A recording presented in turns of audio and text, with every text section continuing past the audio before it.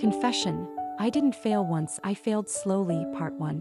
I never collapsed in one dramatic moment. No single night where everything broke. No explosive argument. No public failure that everyone could point to and say that's where it went wrong. Instead, I failed quietly, slowly, in pieces so small no one noticed but me. This is my confession. It's not about one bad decision. It's about thousands of small ones made while pretending I was okay. I remember the exact sound of the room the night I realized something was wrong. The hum of electricity in the walls. The ticking clock that felt louder than it ever had before. The faint echo of laughter drifting in from somewhere outside. Someone else living a life that still felt possible. I was sitting on the floor back against the bed, phone in my hand.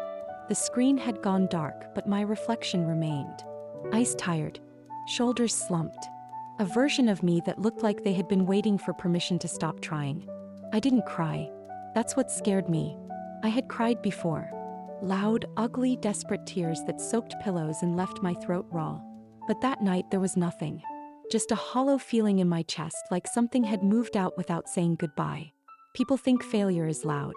They imagine shouting, slammed doors, dramatic exits. But the kind of failure that stays with you, that one whispers. It settles in gently. It convinces you nothing is wrong. Until one day everything is. I used to wake up excited. Not jumping out of bed excited. Just purposeful. Like the day mattered because I mattered in it. Now I wake up already tired. Not the kind of tired sleep can fix. The kind that lives in your bones. The kind that makes brushing your teeth feel like a chore and answering messages feel like running a marathon. I still show up. That's the part people don't see. I answer calls. I smile when spoken to. I say, I'm fine, so naturally it might as well be muscle memory. But inside, there's a voice asking questions I don't want to answer. How long can you keep doing this?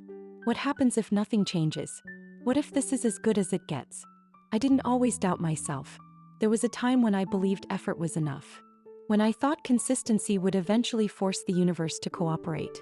I believed in timing, in momentum, in the idea that if I just stayed the course, things would click. I stayed. Things didn't. At first, I blamed myself. I didn't work hard enough. I didn't want it badly enough.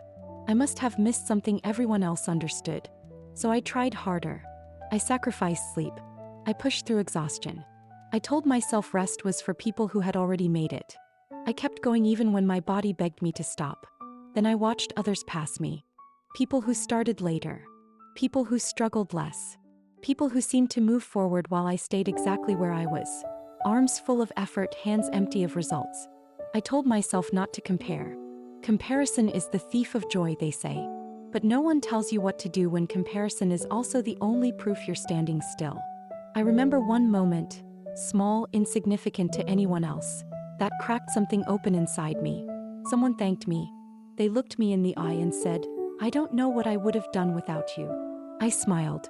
I nodded. I said, anytime. But the truth? I didn't believe them. I thought they were being polite, kind, generous with words they didn't really mean. Because if I was truly valuable, truly necessary, wouldn't my own life look different by now? That thought hurt more than I expected. Because it wasn't just self-doubt. It was self-erasure. I had reduced my existence to results. Numbers. Milestones I hadn't reached. And in doing so, I convinced myself that everything I was didn't count. I stopped celebrating small wins. Stopped acknowledging progress.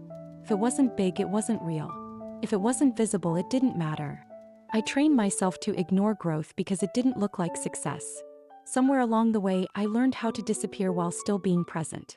I became great at listening and terrible at speaking. I became the person others leaned on while quietly collapsing under the weight of my own expectations. I told myself I was being strong. But strength without honesty turns into self-abandonment. There were nights I stared at the ceiling and replayed old dreams like memories from another life. Things I used to want so badly they kept me awake with excitement. Now they keep me awake with regret. I don't know when hope became something I feared. Because hope hurts when it's been disappointed too many times. It starts to feel reckless, naive. Like standing in the rain without an umbrella and convincing yourself the storm will pass before you get sick. So I learned how to hope carefully, quietly, with conditions. That way when things fall apart, and they usually do, it doesn't hurt as much. Or at least that's what I told myself.